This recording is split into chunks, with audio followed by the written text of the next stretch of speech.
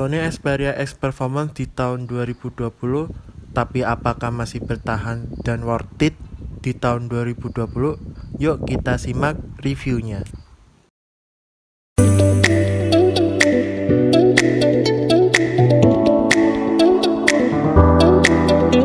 Halo guys, kembali lagi ke channel yang Gazambler.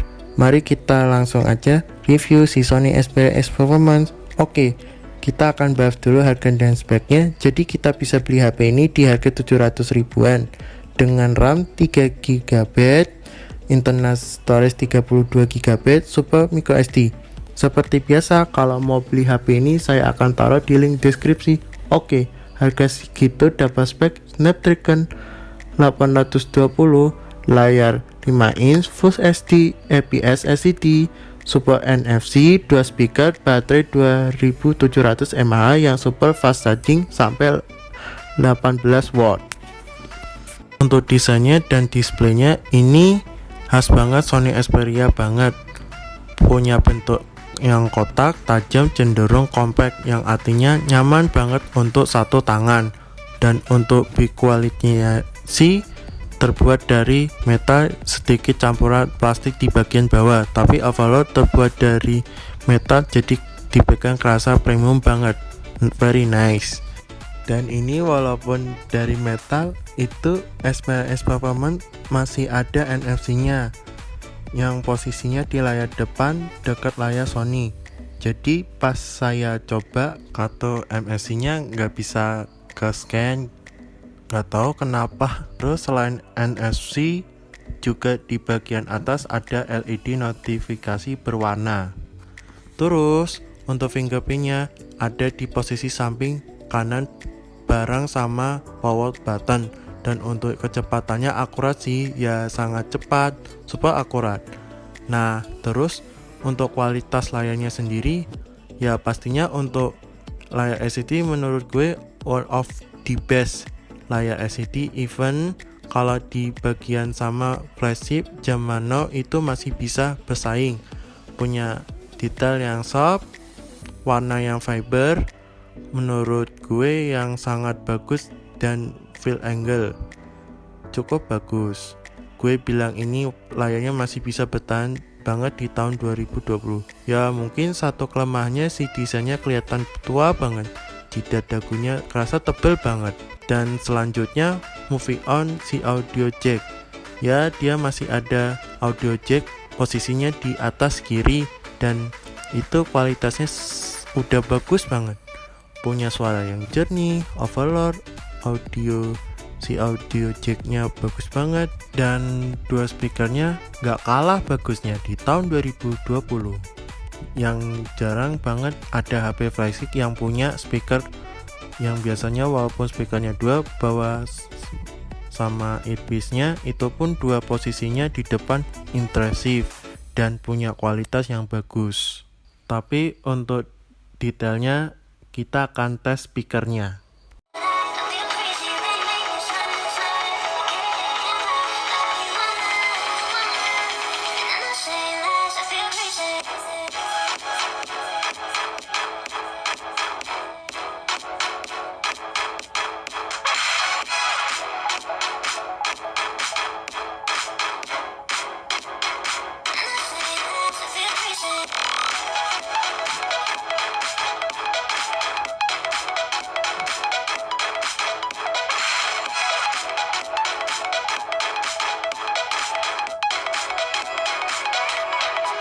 Oke, next untuk si kualitas kameranya sih yang belakang 23 megapiksel dengan f2.0.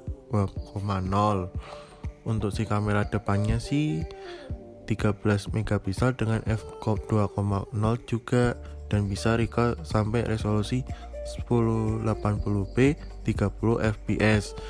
Tapi kayaknya nggak sesuai stabilisasi untuk kualitas si kamera belakang 20 megapiksel ini, yang menurut gue masih bisa bertahan di tahun 2020.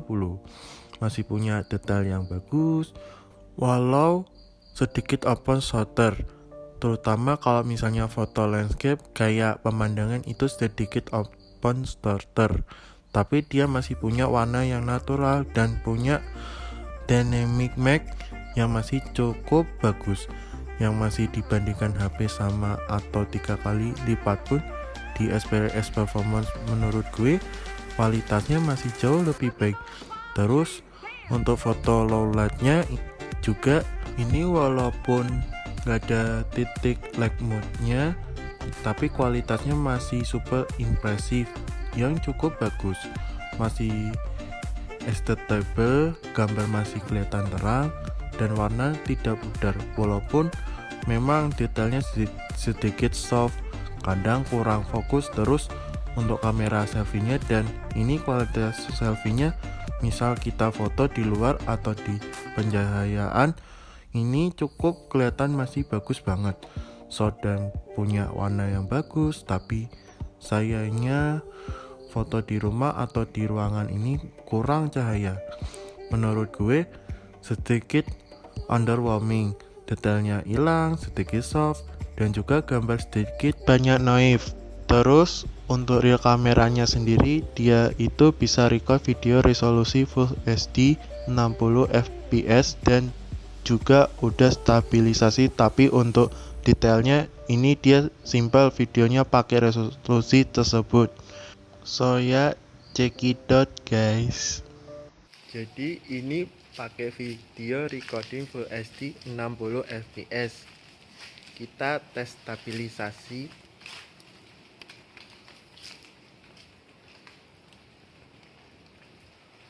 Oke, kita mari fokusin ke pohon.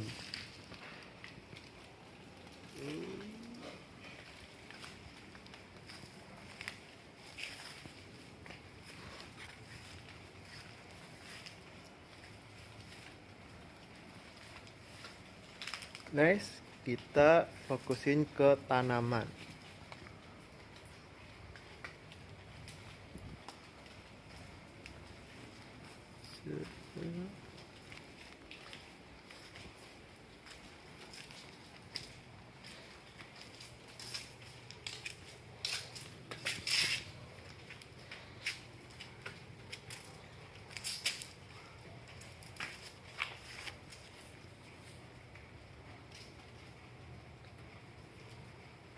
Dan kalian bisa nilai gimana kualitasnya.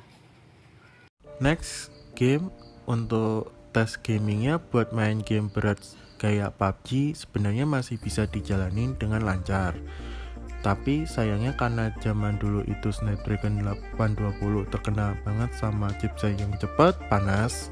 Jadi pas gue mainin game PUBG mulai kerasa panas banget dan performa turun, yang artinya main gameplay terasa patah-patah dan banyak stuttering, dan banyak juga frame drop seperti ada yang di B-roll.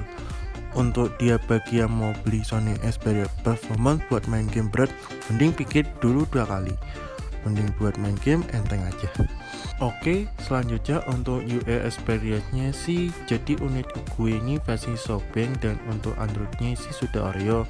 Dan ini HP terasa lag banget, jadi mending tetap di Nougat aja biar performanya lebih optimal dan gak starting di UI-nya sendiri. Untuk ketahanan baterainya sih yang 2700 mAh yang super fast charging sampai 18 watt, tapi sayangnya masih pakai micro SD. Dan untuk ketahanan baterainya walaupun kelihatan kecil banget cuman 2700, tapi ini lumayan awet loh guys.